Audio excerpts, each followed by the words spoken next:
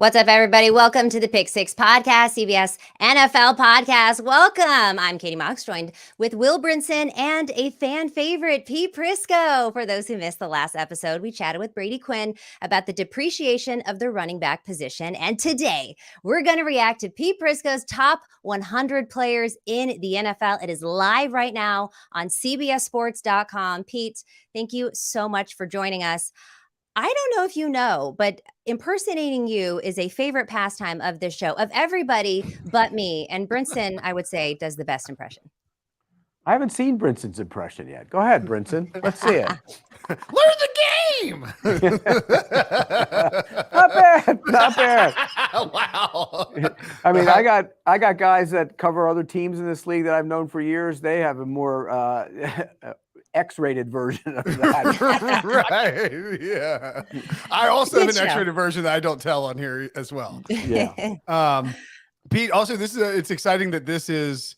We can talk about the list versus 2 years ago when we accidentally revealed your list. You did. No, you did. Not we. You did. Well, me and Brian McFadden. That's correct. Yeah, yes. I sort of give it's top 100 list. I am loath to give you credit, but I do give you credit for this list in particular because unlike the NFL Network does this, they started doing it after you did, and they have the players vote on it. They just compile the votes and do it. You're actually going through and watching tape and talking to people around the league to sort of briefly break down what goes into it. How much is it about 2022 versus 2023? Do you try to be ahead of the curve? Do you try to reward players for a good year, et cetera, et cetera? Yeah, look, a little bit of all of it, Will. I mean, there are guys that I put on the list before they probably should have been on the list that ended up being – Jeffrey Simmons is one of them. You remember that one. Yep. And he ended up moving way up the list and becoming a big-time player in this league. So I try and look a little forward thinking. It's where you are right now because it's hard to evaluate guys who have been hurt. And I'll give you an example. What do we do with Darius Leonard? Darius Leonard, when he's on the field, is a top 50, 60 player in this league. But he wasn't on the field last year, and he's still got back issues. So where do you put him? I put him way down low in the list, but those are the tough evaluations. Guys coming off injury. Joey Bosa is another one who's, when he's on the field, he's healthy, big-time producer, top, player, but he hasn't been on the field producing the way he should. So that's tough to do.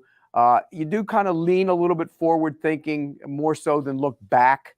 That means some of the older guys might not be on the list where people would normally expect them to be. DeAndre Hopkins isn't on the list. Keenan Allen isn't in the top 100. I think age is starting to be, creep in with those guys. So you kind of forward thinking a little bit, but not all the way. I'll tell you what, Pete, I'm happy with this list because you've got two Niners in the top 10. You got Nick Bosa, I believe, and then who's at number 10? It's Trent Williams. Trent Williams at number 10. The Eagles have the most players with 9. Cardinals have absolutely none, 0. How much crap do you get from fans and players about this list? Oh, I'm starting to get it right now, particularly on Twitter, as it gets out there and they start seeing it and everybody complains their quarterback isn't high enough and why isn't this guy on the list and why do you have this guy ahead of that guy? And I'll give you an example. Tua isn't on the list and they're going to come at me in waves. I expect that. And, Miami Dolphin fans are very active and on Twitter and they're angry on Twitter, as Will knows. They get after you a great deal. So I can't imagine what they'll do. But this top 10, I think, was pretty much that. The one I had the problem with was Donald because he was hurt last year. Yeah. And, he didn't play up to his expectations. And you start to wonder, is age becoming a factor? I have a sneaky suspicion, though, he's going to play well this year and get back higher on this list. Everybody else, I think, is pretty easy on the top 10. I don't think you could, whatever way you want to order them, I get it. Some people would put Joe Burrow ahead of Josh Allen. I didn't. That was a close one for me. But I think these are the top 10 players in the league right now. So the Donald thing is interesting because he obviously played, he's, slam dunk Hall of Famer, had his worst year. I think you could argue that he was, even though his injuries may have been more related to, the Rams realized the season was over and not wanting him to actually get hurt late. The quarterbacks at 3, that's something you've usually tried to stay away from, just having the 1, 2, 3. And I noticed in your write-up in the intro, it said a razor-thin margin between all 3. Do you think it's that close between Patrick Mahomes and Joe Burrow? Because I do, personally. Yeah, no, I think Patrick Mahomes was the easiest pick of them all Sure, to put him at yeah. number one. I don't think there's anybody can debate that. He's number one. But I do think both Burrow and Allen have the capability. Remember, going into last season, we thought Josh Allen might be passing Patrick Mahomes. There's actually some people who thought that. I think they're close, but I think it's clearly one Patrick Mahomes the way things are. And by the way, Will and Katie, if Patrick Mahomes keeps going the way he's going, he's going to be in the conversation as the greatest of all time. I believe you should look out. I'm not sure what the Eagles have to do with Patrick Mahomes, but we'll go with it. I wonder who could be pulling the strings on that one.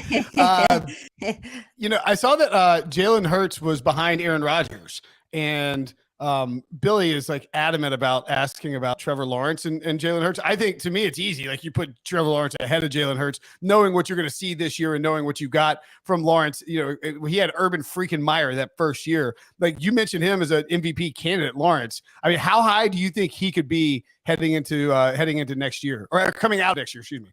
I think he could be in the top 10. That's how good I think he could be. Here's why. You look at their schedule this year. It is against a lot of rookie quarterbacks. I mean, you're going to have 2 games against the Colts, rookie quarterback, 2 games against the Texans, rookie quarterbacks, probably at least one against the Titans with a rookie quarterback. You got, Bryce Young in Carolina, rookie quarterback. You have Desmond Ridder, who barely played last year in Atlanta. And then you have one against Baker Mayfield and one against Derek Carr. So your division, you should win 5 of those games, bare minimum, I think. You should win, maybe 4 of those other 3 of the other games, maybe all 4. Next thing you know, you got 11, 12 wins, and you're the quarterback throwing 38, 37 touchdown passes and for 4,500 yards. I think you're going to be in the MVP conversation. And so I think that makes a lot of sense. The other thing is Ridley, what Calvin Ridley adds to their offense. They didn't have that in that offense last year, and he still put up 14 touchdown passes and 2 picks in the last 8 games of the season. So I think this is going to be one of those years where you see a quarterback go from here to there, and I think Trevor Lawrence is that guy. Yeah. On our last episode with Brady Quinn, we talked about the depreciation of the running back position, and Brady had a lot of interesting insight about it. And we see on this list, you have CMC as your first running back, all the way down at number 27. Do you also feel like the running back position is going to depreciate? Well, as Will knows, I've been screaming that for about 20 years. I was ahead of the curve on that one. Look, running back position has been greatly devalued, and you don't pay them, you draft them. You don't draft them in the first round, you draft them in the second, third, fourth round, and you run them for 4 years. You don't give them a mega contract, and you draft another one all over again. Absolutely, the running back position has been devalued. All you got to do, go back and look at the teams that played in the Super Bowl last year. Pacheco was a 7th-round pick. Miles Sanders was their lead back. He's not even there anymore. That tells you the value of that position. And I think we're seeing more and more teams catching up to that and realizing it. And if you're going to get a running back, a Christian McCaffrey type is what you want. A guy who can catch the ball out of the backfield, a guy who can run it between the tackles better than he was given credit for coming out of Stanford. You want an airback. You want those guys who can do everything, more so than a guy who can just grind it up the middle. Yeah, McCaffrey almost feels like, excuse me, like a unicorn style player where you would take him with a top 10 pick in an NFL draft because he's that durable, he's that different, he's that big a difference maker. If you know you can use him correctly, you wouldn't take him over a edge rusher or something like that. But he's that good. You have Derrick Henry there at 30. I mean, man, I don't want to be the guy to question. I don't want to question Derrick Henry because he is a physical freak. But at his age, with he missed the last time he had this bigger workload the year before, he missed the season. How worried are you that Henry might start to tumble a little bit in these rankings, especially with this contract being up? You know what, though, Will? He put up really good numbers last year playing behind an offensive line that might have been the worst in the league last year. And I think they're going to be better up front. They had so many injuries last year on the offensive line. I think they'll be better than they were as an offensive line in front of him, which will make him better. But yeah, you're right. You bring up a good point. When guys have a lot of carries, and he's had a bunch, you got to wonder when they go off the cliff, because eventually they all do. I think he has at least one more big-time year before they start transitioning away from him being a lead back in this league again. Makes a lot of sense. You talked about this top 10 being easy for you, and you can kind of interchange them as you want, but everybody should pretty much agree on those. Who did you have to gripe over? What is one that you really had to give a lot of thought to? One, either make the list or where they're formatted? Aaron Rodgers. It was hard for me, and Will knows how I always picked the Packers when he was in Green Bay and how I think he's a star player, and I truly appreciate him as one of the all-time greats. But after last year, where is he? I think that's the question. And everybody says, oh, he's just going to spot in there with the Jets and they're going to move along.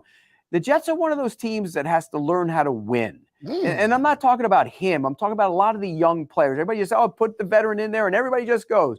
Until you play big games, until you win big games, until you win big games in December and into the postseason, you have no idea how these young players are going to handle that. And I don't think the Jets have any idea. So I'm still a little concerned about how that all plays out. I do still think he's a top quarterback. I just wonder if he's among the elite, because last year he was in the top 10, and I think he fell off a little bit last year. Looking at the teams with the most players here, it's really interesting because the two NFC teams that we think are easily the best two NFC teams have the most. Eagles 9, 49ers 6. And then you got a run of 5 straight AFC teams, Chiefs, Bengals, Dolphins, Chargers with 5, and then the Bills with 4, the Vikings and the Cowboys with 4 each, and the Steelers, the Jets, and the Colts. I'm curious, it's a sort of a two-parter here, Pete, but do you think the disparity is that big in the NFC and the AFC as we've sort of talked about throughout this offseason? And then the Colts with 4 is really interesting. If Anthony Richardson's good, are the Colts a problem? Yeah, let's start with the disparity. I think the disparity comes from the quarterback position. I mean, if you look at the Niners and you see the Niners have all those players, but they have a big question at quarterback. Yeah. And even if Brock Purdy's healthy, we're racing that guy to stardom. I mean, let's slow the roll. He did play against a bunch of really bad defenses last year when he did play. I mean, he had the Cardinals, I think, twice, and they were terrible on defense. I think the best defense he faced, other than the Eagles in the playoffs, was and he didn't even play, was Washington. So I think we have to slow the roll on Brock Purdy a little bit. That's why the 49ers have so much talent.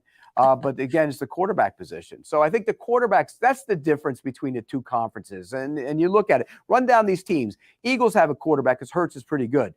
But then you go to the rest of the NFC teams. Kirk Cousins in the big moment, we know how that works out. Dak Prescott in the big moment, that hasn't worked out. So I think when you look at the difference between the two conferences, it comes down to quarterback. As for the Colts, look, if Anthony Richardson's the real deal in that division, they're going to be competitive because they do have talent on that team. They fell apart last year. Jonathan Taylor got hurt. The offensive line was a disaster. Defensively, they had some issues. But you're right. If Anthony Richardson is good, they could be a team that can push for a playoff spot. By the way, the Vikings should actually have 3 because Dalvin Cook, who you ranked in your top 100, is currently unemployed. Right. He shouldn't be on the Vikings. So then who was going to make the list but didn't make the list now that Dalvin Cook isn't playing anywhere quite yet? Who would you bump in there? Well, there was a lot of guys that I had in there that I took out. Aiden Hutchinson was a guy I considered because, he's one of those guys on the rise, a projection a little bit. Justin Simmons, one of the safeties from the Broncos, was a guy that was in there. Dak Prescott. I mean, look, Dak Prescott's had some really good seasons. Yeah. Didn't have a good one last year, which is kind of why he's on the back end of that. So there were guys that were in that I moved back out again. Deron Payne's another one from Washington, defensive lineman. And look, I've already got a lot of pushback just doing hits today on Justin Fields being in the top 100. And really, that's kind of a little projecting on my part. I'm a big believer in Justin Fields as a passer. Really? Yes, I am. I think, look, everybody gets all excited about his running. Think about this, Will. The guy ran 160 times last year, but he was sacked 55. It's crazy. With the ability to move, he was still sacked 55 times. But now they get Darnell Wright at right tackle. Now you get Nate Davis at right guard. The offensive line will be better. You get DJ Moore in there as a legitimate threat outside. He will be a much better passer. His rushing numbers, his carries will go down from 160 to the 80s, I think, and he will throw the ball that much better this year.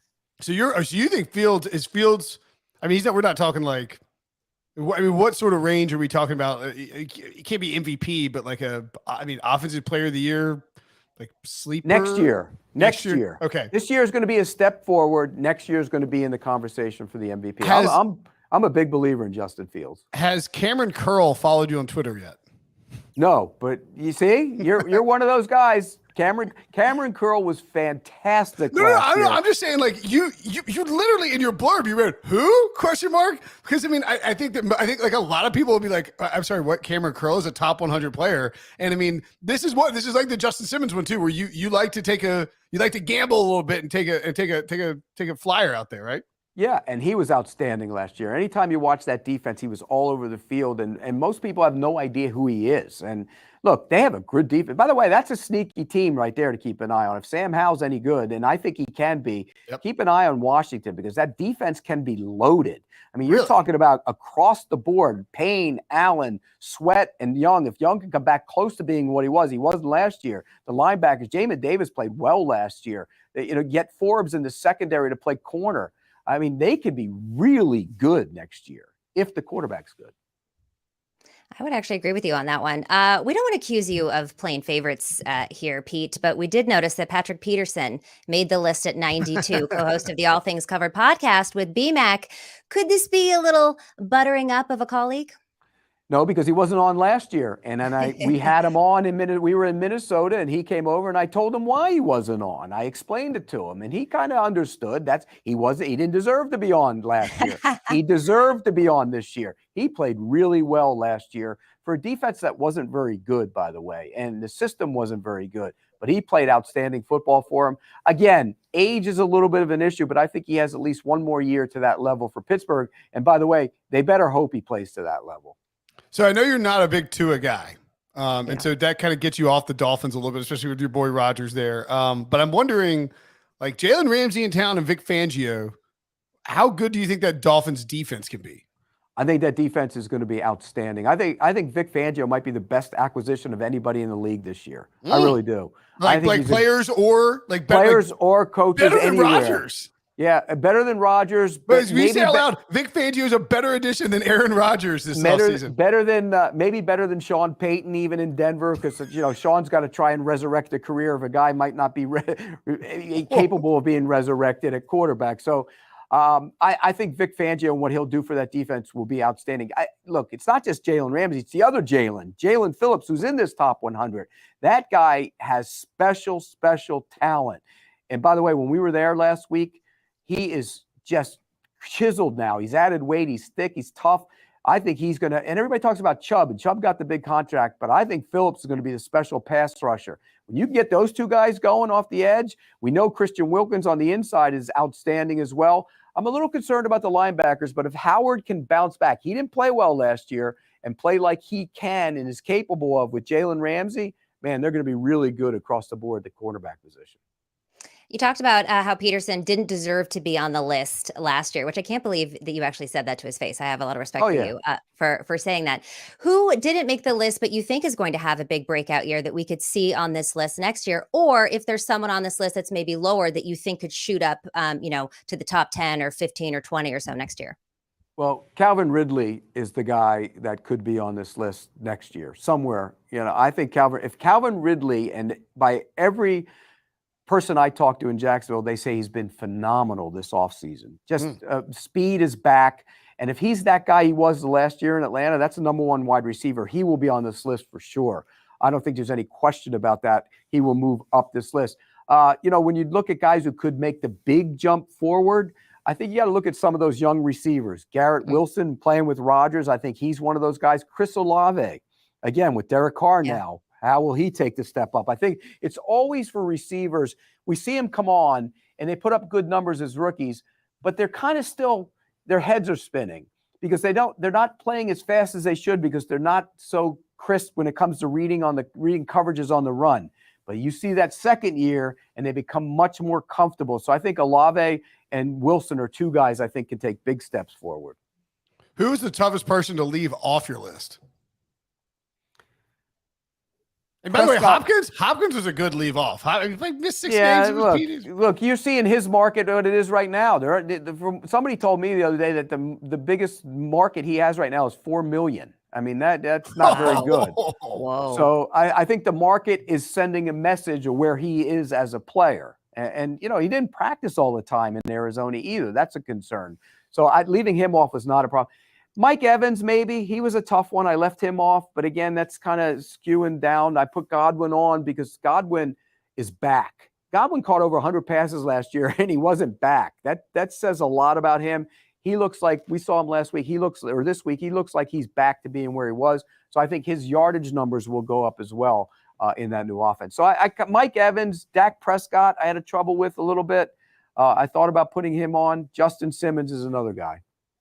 All right, that's all the time that we have with Pete. He is a very, very busy guy. We thank you for taking some time out for us today. You can catch his top 100 on CBSSports.com. We have more Pick Six coming up, so stick around. Pete, thanks for your time. You're watching Pick Six. We'll be right back. They say patience is a virtue.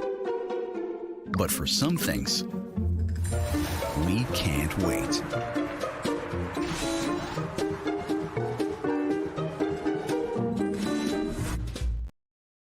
Back on the Pick Six podcast with Brinson. We just talked to Pete Prisco about his top 100 list. Again, that's on CBSSports.com. What do we think? I texted Pete just during the break. I was like, 20 minutes. He was like, I think he was like, whoa, he actually got me out in 20 minutes. In Slack, we had a lot of discussions about what I didn't think the list was that bad, honestly. Like I don't know. I didn't find it to be. I'm not sure what the angst was. The angst is always about the quarterbacks and where the quarterbacks are and what you do with the quarterbacks. But I mean, to me, like, part of doing this list is when you do it, you do have to make. And I just know Pete for so long that I also know where his head's at for projections and stuff. You do have to project forward what you think is going to happen, because if you just reward everybody for 2022. Then the list ends up looking stupid. Like if Geno Smith is 17 in this list, the list looks stupid at the end of 2023, right? So you have to be a little bit I think Geno probably should have been on there given the season he had. You throw him a bone and reward him for that. McCaffrey could have been higher. I think McCaffrey definitely could have been higher. And Geno wasn't even a name that he said, someone that he regrets not putting on the list. I don't think he expects the Geno to be. I don't think he expects it to carry over into this season for Geno to play as well as he did last year. So you've known Pete for a long time. You've seen a lot of these top 100s. How do you rank this top 100 in all that you've seen? Maybe I'm just tired of arguing with Pete after a decade of doing it. I would say that I think actually usually when we do this show, I have a harder time getting amped up to argue with Pete about this list than I do other stuff. Part of that I think is just I think it's a really hard list to do. I would say that this list in particular is I'll grade it a 7.3 out of 10. Okay. How long do you think it takes him to put this together? He puts a ton of work into this. He will text with people around the league and call people and talk to like personnel people and scouts, et cetera, and move guys around based on conversation he hears, or he'll go back and watch more tape. Somebody will go back and watch this. He'll go back and watch the tape, and then he'll move guys around based on that. So there's a ton of time that goes into this. And sometimes you see some homeristic tendencies pop up, but he has Trevor Lawrence really high. I think he's right there. A lot of people are going to push back against that and say, why is Trevor Lawrence so high? I think that at the end of this year, he will look if he mentioned Justin Simmons a few years ago. Justin Simmons had, he tore his ACL before the draft, falls to the Titans, plays well his rookie year, would have been a top 5 pick guaranteed if he had torn his ACL, falls to the Titans, ends up, playing well. And Pete put him in his top 100 after his rookie year. And people were like, what? What? And then it was easily justified. No, did I say Justin Simmons? Anyway, the point being is, I'm flustered clearly. But the point being is that he believes that he's willing to take a leap of faith on some guys. Now, Rodgers at 29, that's do you think that's too low or too high? Well, he didn't have a great season last year, but Jeffrey Simmons, not Justin Simmons, by the way. I'm an idiot. Yeah, Jeffrey Simmons. Sorry. I was like, oh, okay. Yeah. Jeff, the interior defensive lineman for the Titans. Justin Simmons is the safety for the Broncos. Yes. I love it when people mispronounce other people's names. Makes me feel better. I didn't mispronounce it. I just missed his first name, which is even whatever. weirder. Yeah, whatever it is. Things that are wrong make me happy because it's not just me. I think that Aaron Rodgers is at 29, probably a little bit too high based on the season that he had last year. I mean, the passing game was not great at all. Well, And so Pete usually will keep Rodgers higher than most people. When Rodgers was struggling, Pete was hesitant to move him down. I think the fact that he's got him at 29, that's really low for Pete and Rodgers, especially given that he's going to a new team where he could. And you heard Pete say, he's like, I don't know, this is going to magically work out. Like, yeah. Pete not being high on the Jets shocked me. I hadn't talked to him about it before. I sort of assumed he would be big in on the Jets because Rodgers was there. And you see Quinnen Williams is right there. He's got there's plenty of Jets play. I think there's like 3 or 4, maybe 3 Jets players on here. I'm sure there's somebody else, right? Sauce Gardner definitely has to be on this list. I'm sure. Yeah, I'm sure. But the point being is that, like, oh yeah, he's number 15. He's high. Yeah. He's even higher. Right. Exactly. I was about to say, yeah. He's above Jamar Chase, Sauce Gardner. Yeah, I mean, Sauce Gardner is freaking awesome. By the way, if like Sauce Gardner had made it, we'd missed grilling him about that. That would have been the absolute egg on our face. But yeah, I mean, I think that with Pete saying that about, like, Pete putting Rodgers at 29 and the way he sort of framed that makes me think that, like, it makes me think he's really hesitant about the Jets, which makes me feel better about my hesitancy about the Jets that I've previously discussed, because everybody's sort of in on them. I'd be very curious to see what, like how, because I think the world is really looking at the Jets and expecting a lot of big things this year. Yeah, I mean, when you look at these offensive tackles, obviously Trent Williams, I think, is the best in the league. So him being at the top of this makes a lot of sense. Is there anyone on this OT list that looks out of place to you? No, I mean, I think Andrew Thomas will surprise some people at 24, but he's played really well after, like, people forget that it's like, I mean, it's hard to play in the NFL. It's really hard to. Oh, come on. Everybody on Twitter knows how to do everything. I know, right? Well, it's really hard. Like, offensive tackles, like, aren't always immediately great. Rashawn Slater's one, he missed time last year, but the fact that Slater at 51 is probably a little bit low given how well he played, his rookie year and how well he could play. You have to, new offensive coordinator. We'll see how that works out. Tristan Wirfs moving to the left side, maybe a little low as well, but I think you have to see how he transitions there. And the fact you have 2 Eagles on there, that clearly shows. I mean, look, the Eagles offensive line, that's what that team is built on. Like that's the offensive line is elite, and that's why that team is consistently good. And then Darisaw, I think, would probably surprise some people as well, but he's been very good for Minnesota. Penei Sewell, awesome. I don't have any problems with those guys these guys on the list. Slater, I'd probably move up. And I think, I don't know that I'm definitely taking Thomas over Slater, but I would certainly move Slater up. But I think Thomas is coming into his own, and especially with that new coaching staff, we've seen how well they can coach things up. Billy, put the top 10 back on the chat, because Prisco said that these are what it is, and you can kind of interchange them anyways. I'm curious, Brinson, how you would reorganize his top 10. Well, Mahomes is 1 for sure. I think I would probably put Burrow at 2. So you would switch Allen and Burrow, which he said a lot of people would do. Yeah, and Pete thinks they're really close too. He loves both guys, and I mean, who can blame him? I think I would move Donald up to 5. I think last year was kind of an aberration. Nick Bosa won Defensive Player of the Year, and he's a freak of nature. Like, I have no problem with him at 4. They're all really close here too. Like, Justin Jefferson could be 3. I mean, if we're taking out positional, value and all that, Travis Kelce is a freak of freaking nature. I like the fact that you see the teams that are games. Yeah, I mean, like Kelce's getting older, but he's just not slowing down. I mean, I wouldn't have any problem with him in the top 5. I think these guys pretty well represent the top 10.